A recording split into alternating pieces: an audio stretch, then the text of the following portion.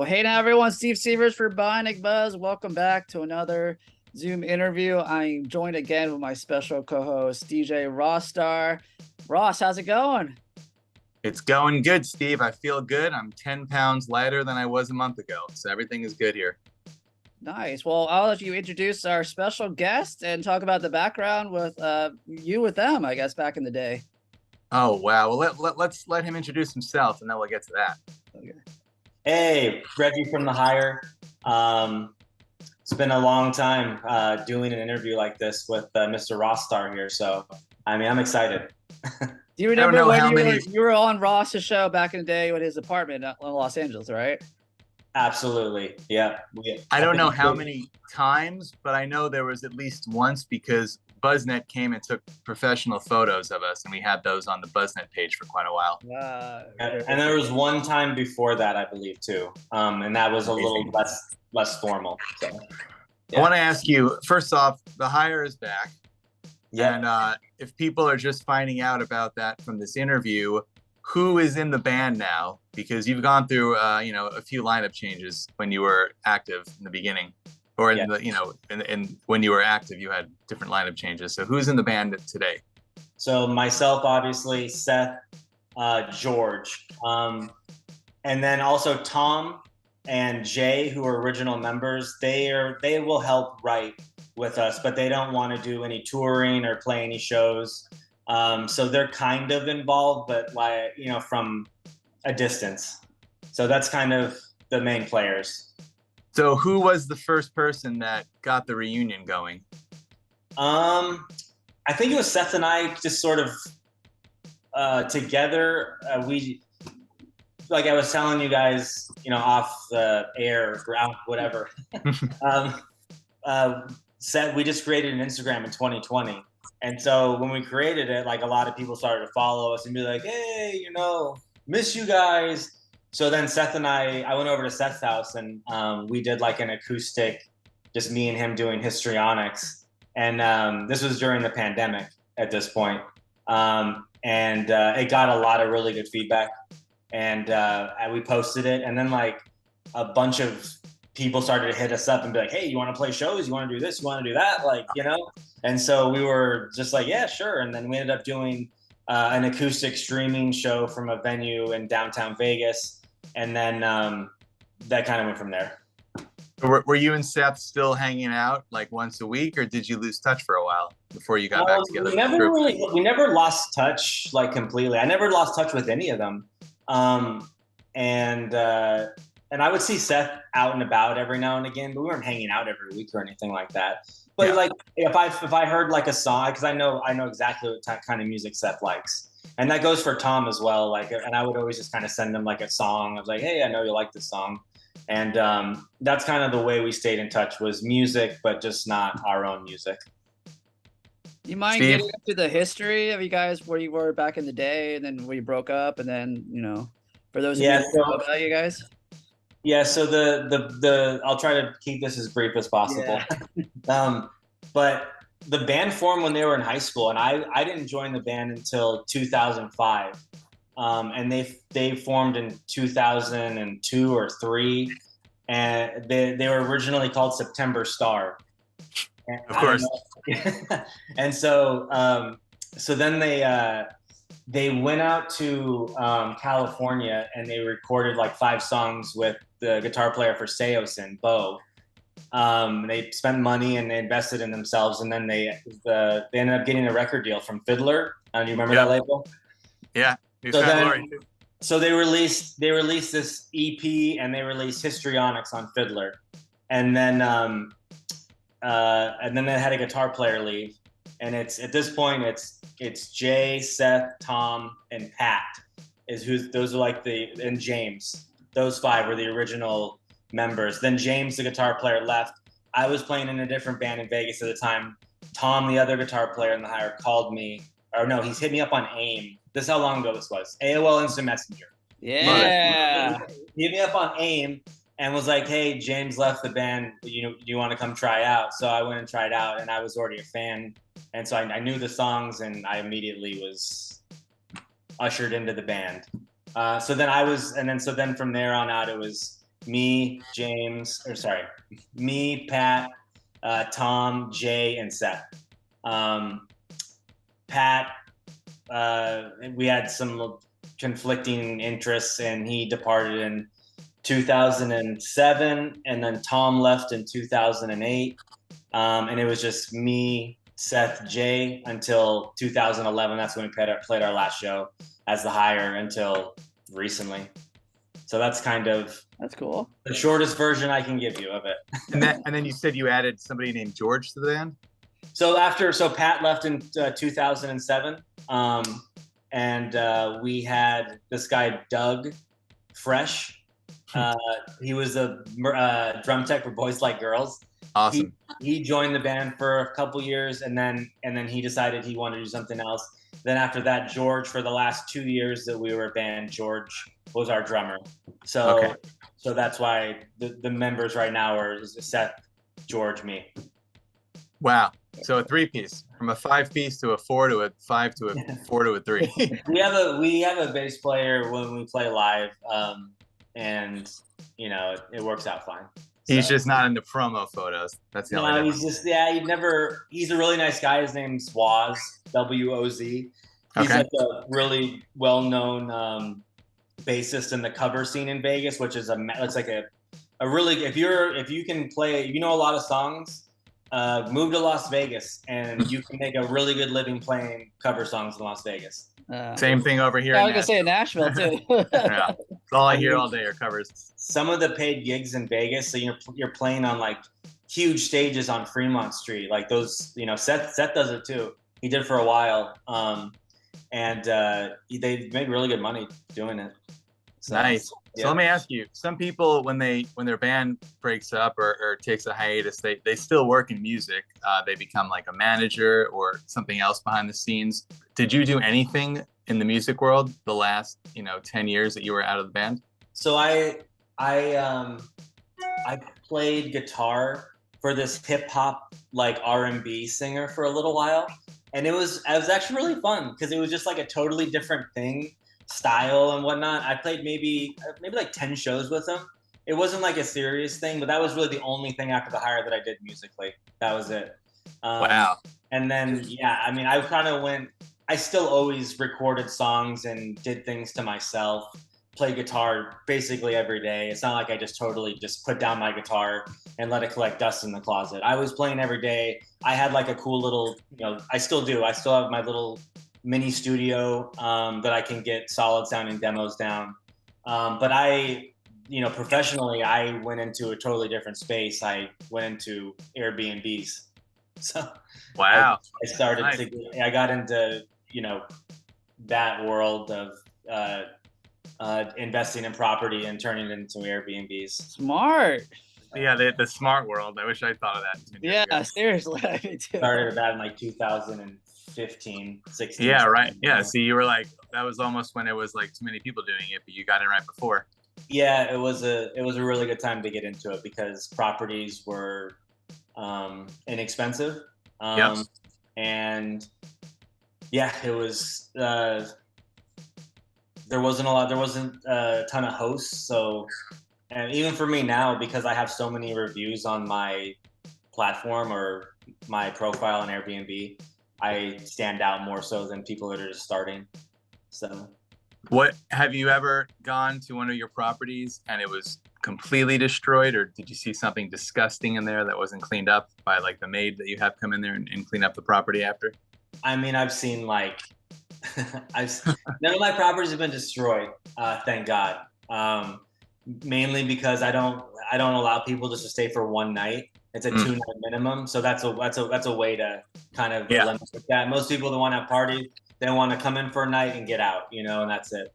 But yeah, I mean, I found some really random things in there. Condoms obviously is like used or unused.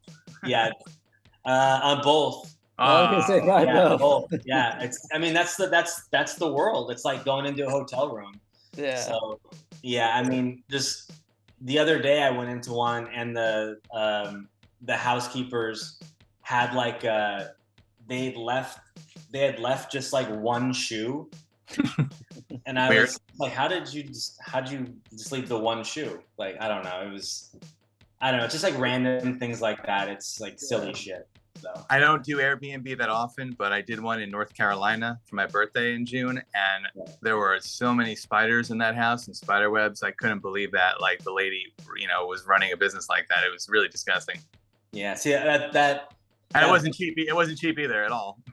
That bothers me because it like makes the people that actually do it right look bad. So yeah, and they were like all in the bathroom too, so you couldn't like be in there for long, and they would like jump from the ceiling onto you. It was really terrifying. Oh my god, we're in North Carolina, near Asheville, around there. Okay. Wow. Anyway, I don't want to. I've done a lot of Airbnbs. I've never had a bad experience like that, Ross. So yeah, hopefully you never will. I used to own one too. Yeah. So. I'm gonna gross myself out again. Let's change the topic. Yeah. Well, yeah. Let's talk about. I guess you guys are back now. You have an EP coming out, Elvis in Wonderland. October 14th is the release date. You've released one song so far, "Free Ride." I love the track. I guess talk about that. I always like hearing the story about the writing process, how songs got put together. So "Free Ride" was like that was a really random way that song got put together. We went out to LA and we were working with this producer, writer. His name is Rafa Alvarez, and he mostly does like a lot of hip hop R&B. But we went out there to kind of write with him and like record and just kind of see this is 2020. So he sent us like a really rough version of that song. It was like really, really slow. Like it was like it's probably 20 BPMs slower than what you heard. It was just like really, really slow and like but it was cool. Like it. So we Jay, the original bass player, who's one of those people that's kind of in the band and kind of not, Yeah. Me and him were in LA and we got the track and we were in the hotel room and he kind of just started singing the chorus. This came to him and he started singing it. Wow. We went in the studio like an hour later and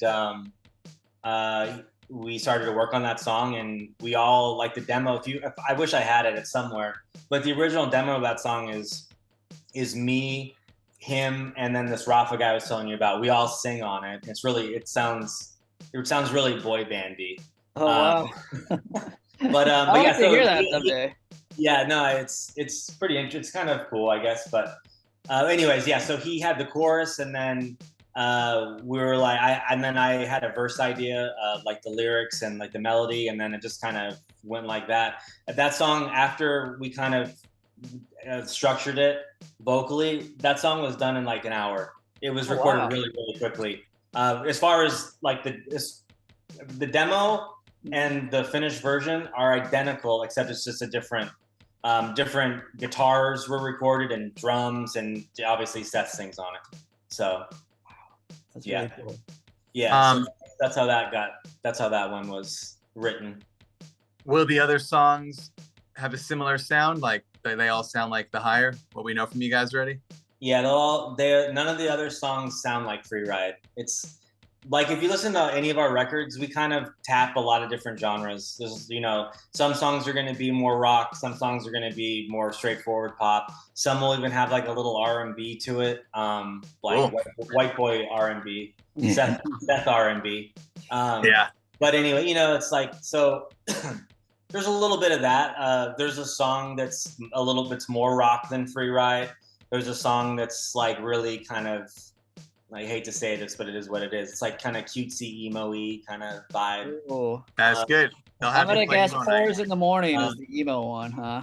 4s in the morning it's got an emo feel to it, but it's got a pretty rock feel to it too. Okay. The song Elvis in Wonderland is the song that's like the most rock song on the. Oh gosh. Yeah, and then this one, the song called "Are We High" is the kind of cutesy, emo-y one. Yeah. Yeah, and then Introverted Hurricane's the other song on the EP, and that's just kind of like a fun pop rock jam. So yeah. When you first announced that you guys were back, I kind of wondered like how serious will they take it? But Steve has in front of him some of these shows you're playing. It seems like you're back 100%. Yeah, like we're super giving, into it. yeah, we're giving it a fair go. This at the same time though, this isn't like when we were 21. We're like, we have obviously some tour dates, but we're not going to grind out like a 6-week long tour with My American Heart, sleeping in the van 2 nights a week. This is not asking for a place to crash. We're not like, this isn't that type of thing. So we all want the songs to do well and we hope the best for them. But at the same time, like if they don't, we're happy with that we just were able to accomplish what we've accomplished. So I'll go over some of the guy that owns our label would probably smack me for saying that, but I mean, Steve, read some of the. You're playing the Furnace Fest in Alabama, which is something I wish I could always go to. I mean, that's always got amazing. Steve, roll down, come down, man. I'll get you on the guest list. They got one foot in the door right now. I feel like that's not very far from us. We probably both. No, it's not. It's a 2-hour drive. Both of you come down. I'm in Orlando, so I don't know how much. Rossstar, we're gonna check Waze after. And then we got the When We Were Hungry Fest with one of my favorite bands, Mass, what Ross and I both love. Cool. I guess it's kind of an offshoot the other fest going on in Vegas, huh? Or... Yeah, they're kind of like trying to like mock it a little bit, but in like a playful way. It's like the dudes that are putting on that festival. Whenever we played Vegas, they always were the promoters for our shows. So it's this guy Brian Saliba, and he's the one kind of behind that festival. It should be fun. There's a lot of solid bands on it. It'll be a good time. And there's going to be a lot of people in town that day, just getting in for the When We Were Young festival. So there's some other shows that night too. But I still think that it's going to be good. You might have some of these people staying at your Airbnbs that are coming to the main festival. Who knows? I hope so. Steve, are there any other festivals on there? I don't remember. No, the shows in we got House of Blues, Anaheim, San Diego, the Roxy Theater in LA, Asbury Park, New Jersey, Brooklyn, New York. Nothing down where you and I are though. But is there more dates that you might be adding, or you kind of just wait and see right now how these go? We'll probably definitely do shows next year too. The drummer George, he lives in Nashville. Yeah. So I guess I should have mentioned that a long time ago, but he lives in Nashville. So we were planning on doing a Nashville show and then maybe like Cincinnati or Atlanta, just like a weekend, type of deal. So that's kind of like, unless something magical happened with one of these songs that that I don't have a crystal ball, obviously. We're just like, we'll do weekends here or there. Like, we're going to try to get on a couple more festivals next year. So that's kind of where we're at. I mean, we're hoping that one of these songs takes off, and I would love to go out on tour again, like a full-fledged deal. But under the right set of circumstances, like I was alluding to earlier. But you have your life together, so you can. This is like fun for you. This is not some people like have nothing else, and if it doesn't work out, they're destroyed. You have like your livelihood, so you're good to go. You're ready. I'm good to go. I'm just happy. I like playing. Seth and I both. We love just getting up on stage and performing. It's really fun for us. We like being in the studio and recording, creating. It's all fun for us. So it's like it's not even. There's some elements to it where it's like, the travel and whatnot is like, nobody really loves to fly on airplanes a lot. Maybe some people do, but Seth and I really don't. No. That part of it is, the whole process of going to the airport and all that. That part's not fun, but it's worth it for the outcome. Yeah. Plus, you're touring with Ann Arbor, who great band. I still keep in touch with Slade, and they keep putting out solid music also. So this seems like a good lineup for your tour that you're doing together. Yeah, Ann Arbor, Little Hag, the Ghost Club, Bad Luck. Yep. All the bands are really, really solid. So should be fun. Yeah, I mean, I'm excited. Are you playing right before Ann Arbor, or are you playing last? We're doing, it's like a co-headlining thing. Okay. Just depends on the show. They're from, so like Scottsdale, they're going to headline. That's where they're from. And then in Vegas, like we're playing before them. That's just how it was on the festival. I think the LA show will probably headline, and then the other two, I'm not really sure. But anyways, you could fit in like 13, 14 songs if you don't talk a lot. yeah, that reminds me. I need to learn a few more songs here. Because right now we've only played the one show in So What Fest. And our set was what? I said, are you gonna play a lot from the new EP or just the higher? We're gonna do Free Ride for the Free Ride. Sorry. Yeah. And then we might do I don't know. It just really depends, honestly. We might do one or two other songs from the EP. It just we'll see how the songs do. See how they're received. I made that comment because I went to see Less Than Jake in Bowling for Soup, and they co-headlined. They played the same amount of time exactly, but Less Than Jake played like 17 songs, and Bowling for Soup played like 9 because Jared he's funny. He just makes jokes the whole time. So between every song, there's like 5 minutes of comedy. Yeah. So it's just funny to see one band playing like 8 songs and the other playing 17 with the same exact time frame. Nice. JR was our first, not our first manager, but he was like our main manager when we were at the height of our popularity. Yeah, I remember. And was These Green Eyes the other band? Yeah, I think These Green Eyes. Yeah, yep. And then he managed There for Tomorrow too for a little bit. Yeah. Wow. Yeah. I still talk to JR also. See, I try to keep in touch with everybody if they want to keep in touch with me. Awesome. He's like I know George also, by the way. I haven't seen him in like 15 years, but I used to go to his house all the time in Hollywood when he'd have those little emo house parties back in the day before he was in a band. Of course you did. Everyone was there.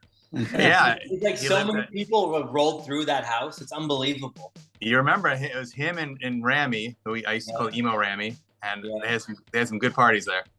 Oh yeah, that was that was an amazing time. Did you just a sidebar here? Have you guys seen the Hunter Moore documentary? I did, yes. I don't know if Steve knew too much about Is Anyone Up besides when I used to send him links back in the day to Is Anyone Up. Is Anybody Up one? That one? Yeah, I remember I used to send you the links when we would know people. How was the documentary? I know you were super excited for that. Huh? It's pretty crazy. Did you know a lot of people on there? A couple of the people. But for me personally, it was just it took you back to that time. Oh yeah. It was such a fun time. People with the ridiculous hair and everything. It was amazing. We lived through that. I think we lived through the best era for that kind of stuff, And I started listening to pop punk in 1996. So I was young, I started going when I was young, but then when the scene caught up to what I was listening to, it was just super fun to be around people that was, that people were just going crazy back then. It's not like that now at all, huh? No, not at all. Yeah, there was still some mystique to bands and things back then. It still had there's still a little bit of that. Even though MySpace was around and social media was kind of creeping in, there was still a little mystery to artists and bands and everything. Yeah. And it's just not that way anymore. Everything's really transparent, it's good and bad in my opinion, but I kind of miss the mystery a little bit too. Well, now you're going to experience it for real. I mean, you said you only did kind of 1.5 shows. Now you're going to be doing a bunch. You'll see what the scene is like now, which is probably mostly people our age going back to watch the bands that they watched, 20 years ago. I can't wait. I'm going to be at Story of the Year in 2 weeks. It's going to be everybody probably 35 plus. I can't wait. Yeah. It's great. It's like when my dad took me to shows in the 90s and I was like, these are all, these old people, this shows is almost us now. It's getting close. Oh, it is. So, yeah. Well, anything we want to add before we go? You can tell them where they can check out the music video and any sites you want them to add. Follow us on Instagram and Facebook. We're probably the most active. Follow us on there. We're really good at responding. We get a lot of random questions. Seth and I, if somebody will respond to it. We love engaging with the fans. New single will be out in 3 weeks. That'll be Elvis in Wonderland. There'll be a video to it.